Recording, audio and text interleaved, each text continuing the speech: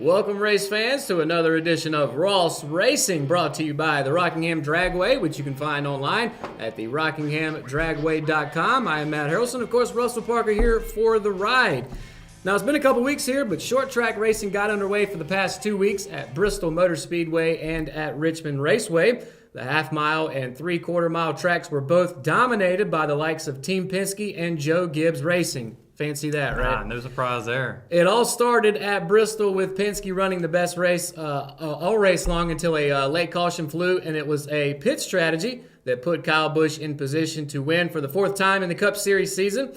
Now, moving to Saturday night at Richmond, it was a back-and-forth battle with the two stables for the front. In the end, it was Martin Truex Jr. getting his first short-track win in his Cup career, and the first in 2019, with your man Joey Logano just inches from his bumper to take second place. So with Richmond still fresh in our minds, what was your biggest takeaway in this race that put the 19 car in victory lane? Well, 186 is the number that stands out to me. That's how many laps Martin Truex Jr. led in this race. He had a stellar night, especially when it came down towards the end of it. Now, we saw Brad Keselowski running up there quite a bit, too. There wasn't a whole lot of Kurt Busch. Surprise, there was no Kurt Busch there running towards the front. He actually had some issues, I believe, prior to the race. So, seeing some new faces up there, and Keselowski being a familiar one. But you saw Clinton Boyer, especially. I followed Clinton Boyer really closely over that weekend, and I think he put it in the best phrase is that it was harder to pass at Richmond than it is to pass a kidney stone.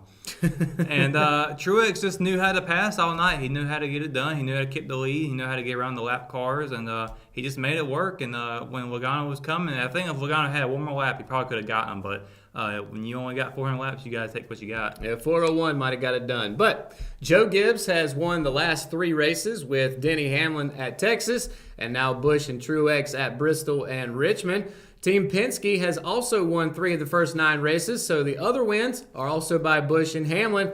Between these two teams, which one do you think stands out more? Well, obviously, Joe Gibbs has the most wins. They also got 17 top 5s versus Penske's 13. I mean, overall, their numbers are better, but you got to think, they have 3 drivers who are outstanding right now, whereas Penske only has 2 of their drivers standing out right now. Now, I won't say nothing against Ryan Blaney and Eric Jones, who are those 2 other drivers, but, they're having an okay season as well. But I think right now Gibbs just on another level. Penske, they started off strong this season, but Gibbs, they obviously got back into it. They figured out what they needed to do, and they just been on a whole nother level ever since. I would say probably after Vegas, they really just came up and fired on all cylinders. Yeah, and speaking of being on another level, the follow-up question here is, what in the world does the rest of the field have to do to break all this performance up? Well, Chevrolets especially are needing to get going again. They have just had a flat-out terrible last season that was terrible for them, and now they're still getting through that trough right now. They're just on a whole new low, but I think they're coming back up. Hendrick Motorsports specifically, Jimmy Johnson, who by the way just ran a marathon, the Boston Marathon. Yeah. Took him 3 hours to get through that. Now hopefully he can actually translate that athleticism into the track again. And I think he's going to up and up. He had a solid top 5 finish at Texas. Chase Elliott has having a great season as well, getting back into it. They just need to close it out and win some races, and that's the difficult thing they've not been able to do all season, is not be there at the end to make the close, and that's something that they're struggling with the most. So if they can figure that out, they'll be playing with the big boys. All right. So while one Busch brother celebrated in victory lane, the other was gritting his teeth after letting the wind get away from him in the closing laps. Kurt Busch battled his younger brother and then got a bit loose in one of Bristol's turns. Now, the slip-up allowed Kyle to drive away. Also, at Richmond, he started second and finished 11th. So, Russell, how much longer is it going to be before the one car gets into victory lane? I think he's got the best chances coming up right now. Talladega will be in 2 weeks. Dover is also coming up as well. He's does great there at those tracks. Michigan, he had a solid running there last year. I believe he started in the top 5, finished in the top 5. And right now, he's just on a great level right now running with the new team there at number 1. Of course, Jamie McMurray was there last year. Kurt Busch was in the 41 car last year, and he had a lot of success there, but as he moves over, it doesn't really show that he hasn't had a lot of lack in what he's been able to do. All right. And this is the first season Kurt has been with the number one team, has already been performing very well. So it's safe to say that both parties involved are benefiting these moves? Definitely, 100%. Chip Ganassi made a great signing with Kurt Busch. I mean, he's got three top fives right now, 6 top 10s. Best finish was obviously at Bristol with second place. His worst is at Daytona with 25th. But if you exclude that race, it was Martinsville, and that was 12th. So overall, he's having a stellar season to start off with. I think he's very close to getting a win here, and I'm going to go ahead and say it's probably Dover. All right. While the racing looked fantastic on track, what didn't look so hot was the amount of empty stands at Bristol, and people took to social media to note the 162,000 seating facility was very gray, as in not a lot of people were there. So even with Bristol keeping fans close together on the front and the back stretches, there were still a lot of holes there that you could see. Now, Saturday night at Richmond, the fans did show up. So, Russell, is it safe to say that Bristol and NASCAR overall have an attendance problem? I mean, I think it's no secret that the attendance has not been great for NASCAR races. And Bristol, you would think, could sell out. It's a short track like everybody's been demanding for recently, that it would sell out. But I'm not sure what happened with Bristol. I mean, they have 2 races. I know they have some weather in effect for this race here. It's a day race. A lot of people like the short track racing at nighttime. Maybe that's a factor in it, and with the weather being like it was. But at the same time, Richmond, they had weather issues where they may even have to push the race to Sunday afternoon. They got it in, but the fans still showed up. And I don't really know who to blame here on this one, but when I look at other short tracks like Martinsville, Richmond, who has had successful turnouts in their attendance.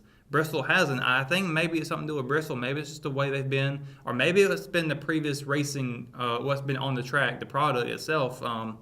Bristol has not been a great track in the past few seasons for racing. However, if you look back at the race we just had there 2 weeks ago, it was a fantastic race. It's close as you can get to what most fans will say the old Bristol.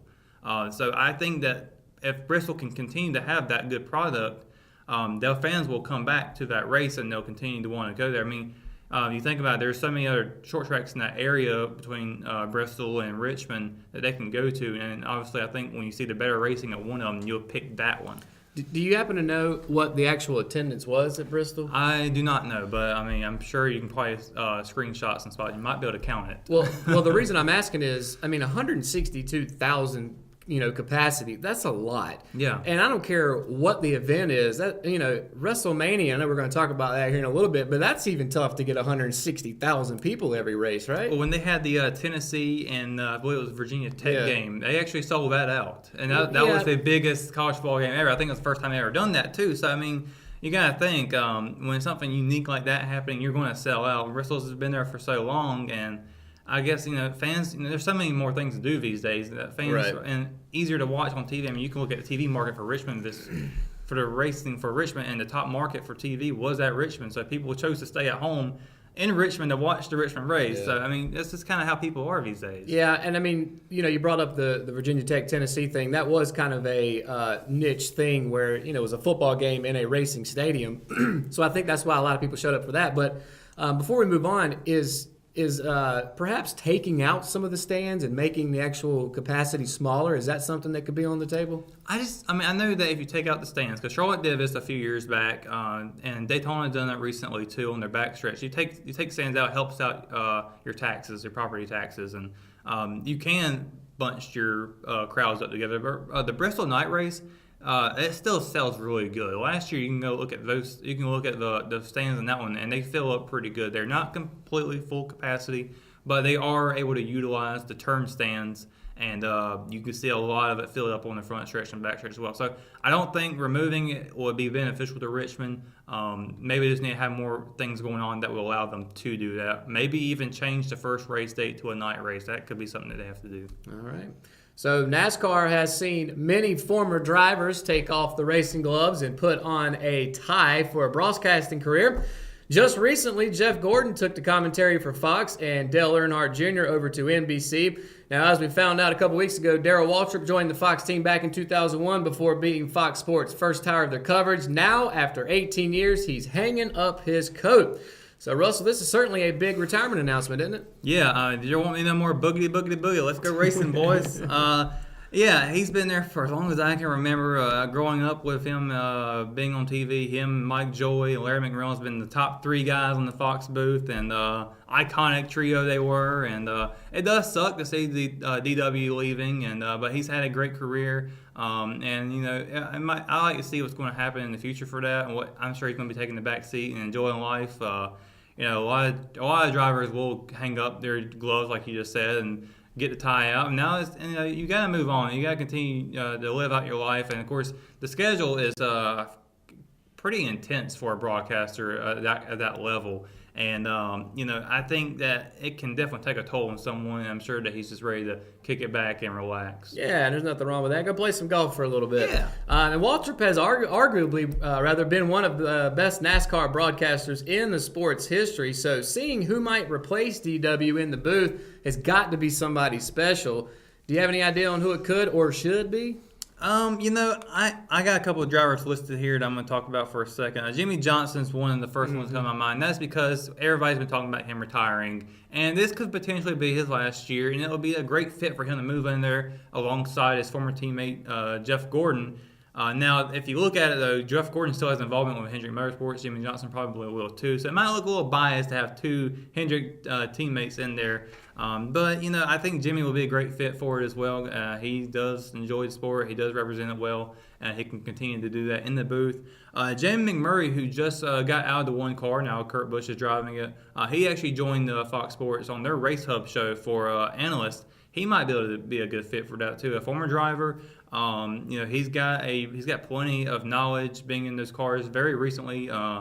But another one I think should happen would be maybe Chad Canals, Jimmy Johnson's former crew chief. I was going to ask, does it have to be a driver? I would actually prefer to be a crew chief. We've had Larry McReynolds, who's someone who might be able to come back into it as well. He was a former crew chief. I like getting different perspectives on that because, you know, you get the driver perspective and you get the crew chief perspective.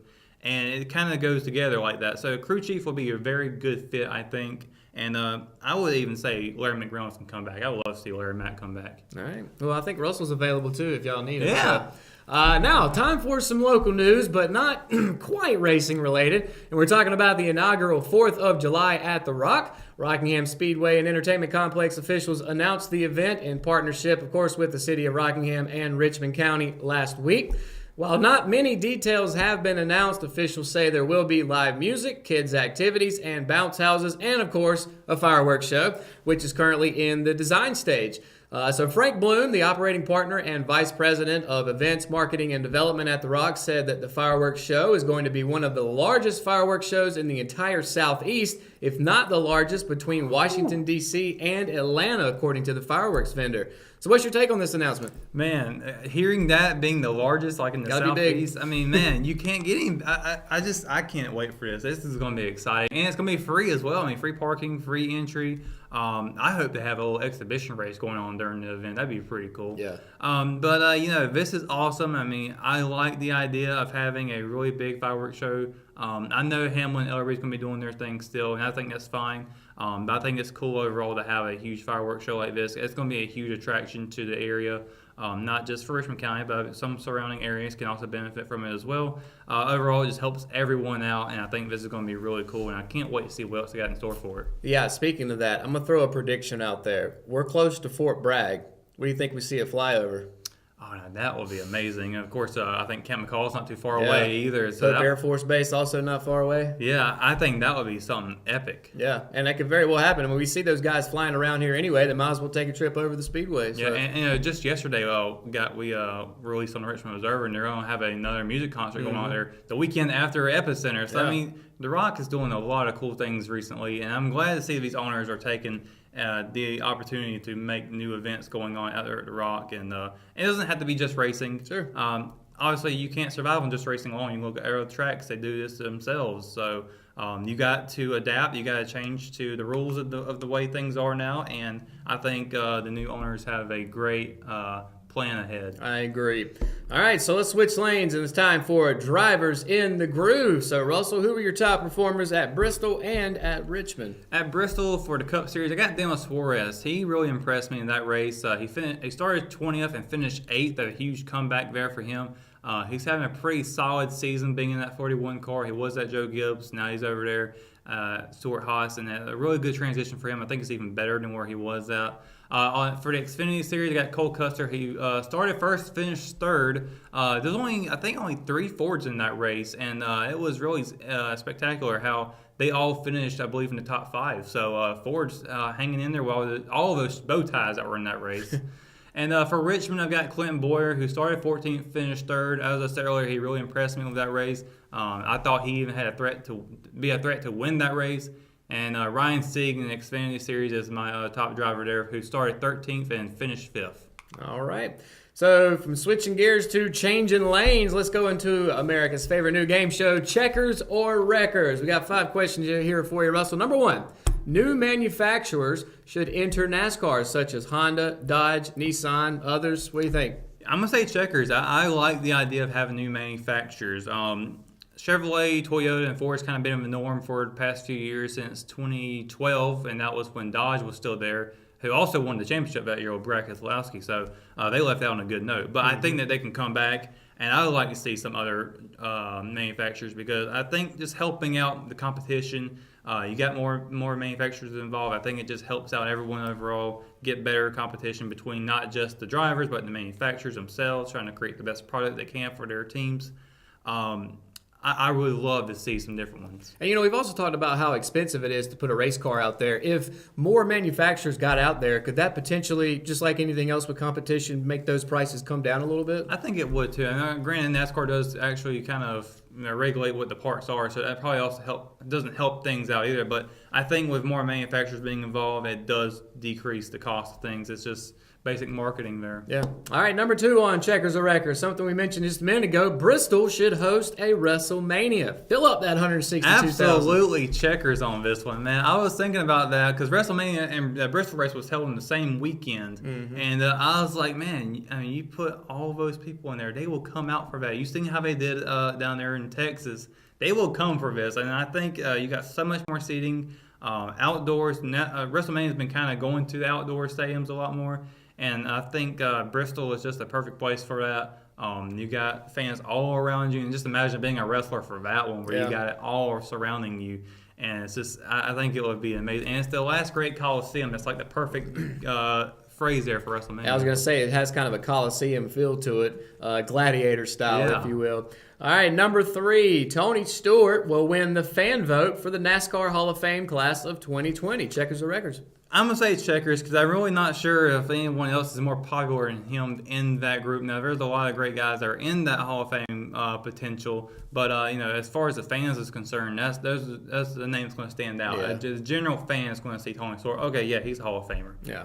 So definitely Tony Stewart is All going right. to be in. Up next, Martin Truex Jr. will finally get his first career short track win in 2019. That was actually a typo, because he did get it. Yes, he did. Definitely Checkers. So I guess that one's easy to answer. And then finally, number 5, Rockingham Speedway should host a 1-mile run around the track. I like that idea. I think Checkers on that one for sure. Not on the embankment part. Are we talking about actually running? Yes, but not on the actual embankment where you have to climb up an elevation there. I think that would be too much. I think right below the apron where it's all flat around, that would be really cool. Just have a 1-mile race around there. There's not many places. We just had the 5K run right here in downtown Rockingham. I think just kind of having something else to bounce off of that as well to continue maybe having some more mile and K runs going on in Richmond County. Those are really fun to cover. We had a blast out there last weekend watching that. Yeah, you could just call it something easy like the 1-mile fun run at the Rock. Yeah. I'm always for alliteration. Speaking of the Rock, it's time to go to the Rock Block at the Rockingham Dragway. Always stuff going on there throughout the year. Coming up, actually today, as we're talking, April 20th, Mopars at the Rock Challenger and Charger Shootout. $1,500 for the winner, $500 for second place. Car entry is only $35. It seems like every weekend there's a chance to walk away with quite a bit of cash out there. The gates opened up at 8 a.m. Car show gates opened up at 8 a.m. Spectator gates opened up at 9 a.m. So if you haven't head out there yet, you're watching us. Finish the show, but then head out there. Or you can pause it. You can always come back. You can always on come demand. Back. That is correct. And if you do head out there, general admission is just $20. So, of course, the Rock Block brought to you by The Rock, Rockingham Dragway and RockinghamDragway.com. Almost said Speedway. It's tough to get those together. So, with it being Easter coming up tomorrow, NASCAR is taking a week off from on-track action. But looking back at the season so far, with 9 races into the season, let's do a little rapid fire with a series of questions. Number 1, is the new rules package working for NASCAR? I think it is. So far, so good. I don't really think there's any issues with it right now. Yes, you can work on it a little bit, maybe for a mile and a half, but it's not terrible. People are figuring it out, though. Yeah. All right, number 2, which track had the best racing, which was improved, and which one was hurt? Best racing, I'm going to give that one to Richmond because just how much fun that one was. Most improvement, I would probably say that one's pretty tough, but I think the one that got hurt by it was maybe ISM. I think they could have had a better race than they did. Most improved, probably. I'm just going to go ahead and say Bristol. Bristol definitely improved. All right. Number 3, is knockout qualifying still working, even with the recent changes put in at Richmond? I still don't think it's working. It was fun when it started, but now everybody's got figured out how to work the draft and all that fun stuff. I mean, I don't think it's really it's got the kick to it anymore like it used to. So go back to the traditional qualifying. All right. Number 4, outside of Penske and Joe Gibbs, which driver has impressed you the most? Definitely Clint Boyer. He has got 3 top 5s, 5 top 10s. Strong race at Richmond and Texas. He's just getting better all around. All right, and finally in rapid fire, what's one thing that you thought needed improvement so far? Tire wear. There needs to be better tire wear. Goodyear needs to come out with a better tire that's going to shred a lot more on these tracks because I'm tired of seeing drivers go down there with just getting fuel being the more of an issue than it is the tires. I like seeing tire wear. I like to see those things break apart when the driver thinks they got a better. When they think that they got a car that can run around longer than it should and their tires just fall apart, it just makes it more interesting. All right. So that's going to do it for this Ross Racing. And as we just mentioned, Easter is tomorrow, so NASCAR is taking a week off. Where are they going to next, though, once they come back? It'll be going from the 3/4 mile to the 2.5 mile at Talladega. All right. So we will have plenty of coverage for you on that. In the meantime, appreciate everybody tuning in to this and every show with Ross Racing. That's Russell Parker. I'm Matt Harrelson. We'll see you next time on Ross Racing, brought to you by the Rockingham Dragway, RockinghamDragway.com. Everybody have a wonderful Easter.